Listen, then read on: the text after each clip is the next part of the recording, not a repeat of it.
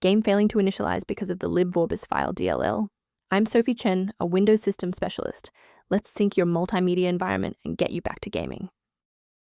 I've linked the primary utility for Libvorbisfile in the description to help you skip the manual fix.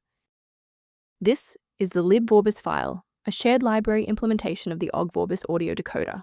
It provides applications with the ability to stream, seek, and decode Vorbis compressed audio. It is a mandatory dependency for hundreds of open-source media players and game engines. If missing, the app will report codec not found or audio buffer underrun. Understanding the file's role is a great start. Now let's look at replacing it. This issue is commonly linked to missing graphics runtimes affecting Libvorbisfile.dll. Reinstall the Microsoft DirectX end-user runtime to restore legacy DirectX DLLs, then update your graphics drivers if the file is GPU-related. If a standard reinstallation doesn't restore the library, we need to verify if the system environment is properly recognizing the new components. A quick system restart is a practical way to ensure that all shared libraries, including Libvorbisfile, are being loaded correctly into the current session's memory. To keep this tutorial handy, make sure to bookmark it or hit like button before you reboot. It saves you from having to look for the video again once you're back online.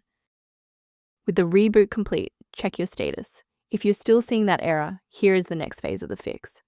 Remember, you can pause the video at any time. Because the initial reinstall failed, you must verify the structural integrity of your software, and you should run the repair option within the application setup menu. This forces the system to compare your local DLL file against the official version and replace any data that is found to be truncated or damaged. Why are we doing this?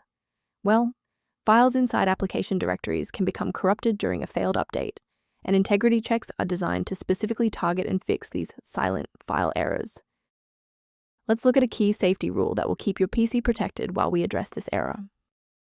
The statistical risk of a blue screen of death increases significantly when you attempt to manually swap out critical files like Libvorbisfile.dll within your System32 or syswow64 folders. Using a professional maintenance utility is a proactive step toward keeping your system state healthy and your software synchronized. The diagnostic utility referenced below offers general information for managing Libvorbisfile and maintaining system health. I'm Sophie Chen. We are dedicated to providing clear, safe paths to PC repair, including Libvorbisfile dependencies. Subscribe to support our technical mission.